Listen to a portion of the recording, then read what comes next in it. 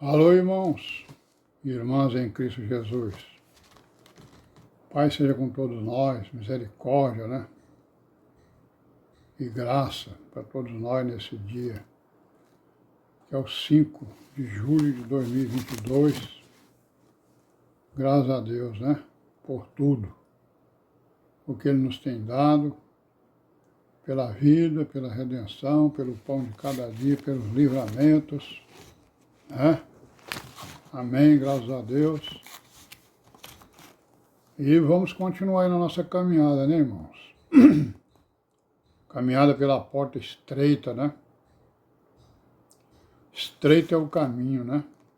Que leva à vida, né? Que leva a Jerusalém Celestial, que é o caminho seguido pelas virgens prudentes, né?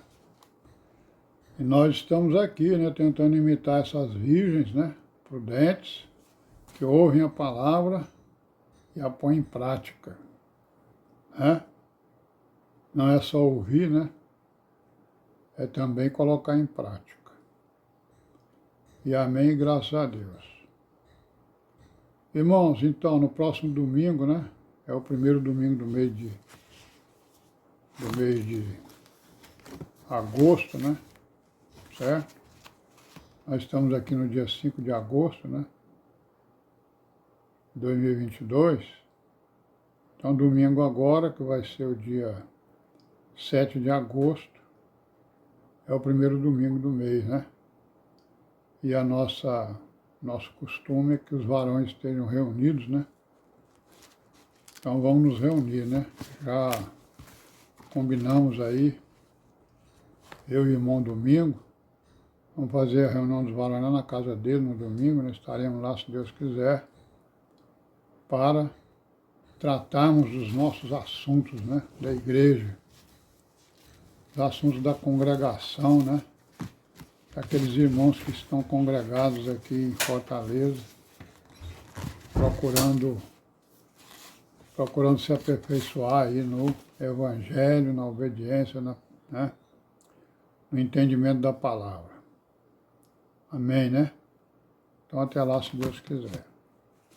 E vamos continuar aí com a nossa pequena resenha, né?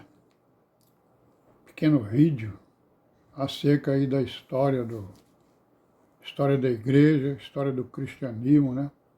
História do verdadeiro evangelho, que é o da igreja, e a história do evangelho pervertido, que na verdade a gente está vendo mais o evangelho pervertido, porque tem muita publicação sobre ele, né? Sobre a igreja são poucas as publicações. Mas nós já sabemos, né, que no Apocalipse a história da igreja está toda contida ali. Nós sabemos onde é que ela está, né? Ela está no deserto, né? Não nos desertos, né, do Saara ou coisa que o valha, mas no deserto, né, separado do mundo, procurando viver a doutrina, né, que é a doutrina de Cristo, porque o mundo jaz no maligno e a igreja jaz no benigno, né? Jaz no Senhor Jesus, na sua morte, na sua ressurreição e na sua palavra. Então nós estamos falando aqui que, a última vez nós falamos aqui que no ano de 590, né, foi aceita, né, proclamada a teoria de que o apóstolo Pedro foi o primeiro bispo de Roma, né, e o primeiro papa com os seus sucessores apostólicos. Então, no ano de 590, a Igreja Católica já romana, digamos, né, determinou, né, que o apóstolo Pedro foi o primeiro papa, primeiro bispo de Roma, primeiro papa. E aí, então, eles fizeram lá a sucessão, né, dos papas e dos bispos de Roma, certo? Por isso é que a gente vê aí listas e mais listas, né, de papas e mais papas. Então, eles se apropriaram, né, se apropriaram aí das escrituras, se apropriaram do evangelho, e aí colocaram os seus entendimentos, né? As suas perversões acerca da palavra. Então foi no ano de 590 que apareceu exatamente essas listas, né? Começando lá com o Pedro, né? Com aqueles argumentos que a gente já sabe, né? Principalmente aquele diálogo que o Senhor Jesus teve com Pedro, né? Pedro, tu és pedra, sobre esta pedra edificarei a minha igreja. Então, o entendimento deles é que esta pedra era Pedro, e não aquela palavra que o próprio Pedro disse, tu és o Cristo, Filho do Deus vivo. Então, o catolicismo romano foi construído em cima de uma pessoa, né, ou de pessoas, começando com, supostamente, o apóstolo Pedro. Mas nós sabemos que isso não é verdade, né? Não é verdade, isso aí é uma grande mentira, né? Certo? Porque isso aí pertence à perversão do evangelho verdadeiro, né? Então, nesse ano foi constituída, então, essa linha sucessória, né? Dos chamados bispos de Roma, dos chamados papas, né? Carregando esse título, né? Que significa o quê? Papa significa o pai de todos, né?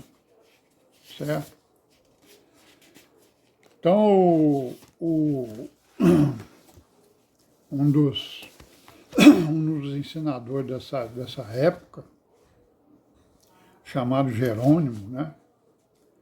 Ele, escrevendo uma carta a um dos papas, né, que era da sua época, que era o papa chamado Dámaso, ele afirmou que a cadeira de Pedro era a rocha sobre a qual a igreja foi construída, né? E aí o Gelásio, que foi também um outro papa, entre o ano 492 e 496, ele escreveu, né, determinou que Deus dera ao Papa e ao rei, e ao rei, né, os poderes sagrados e o poder mundano, o poder, né, sagrado e o profano, o sagrado e o secular, o espiritual e o material, né? Então, quer dizer, vem num crescendo, né? As teorias, filosofias e teologias que são contrárias à palavra. Então, esse Papa aí, ele decretou isso aí, né? Que o Papa e os reis tinham poderes, né? O poder espiritual e o material.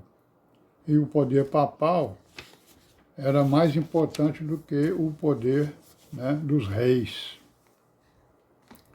Então nós estamos vendo aí, né, que a questão era o poder e não o evangelho, né?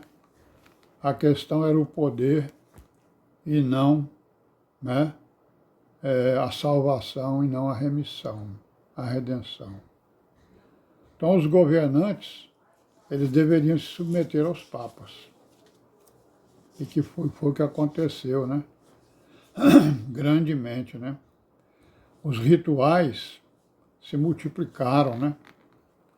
Então começaram a inventar rituais de todas as maneiras possíveis e imaginárias, né?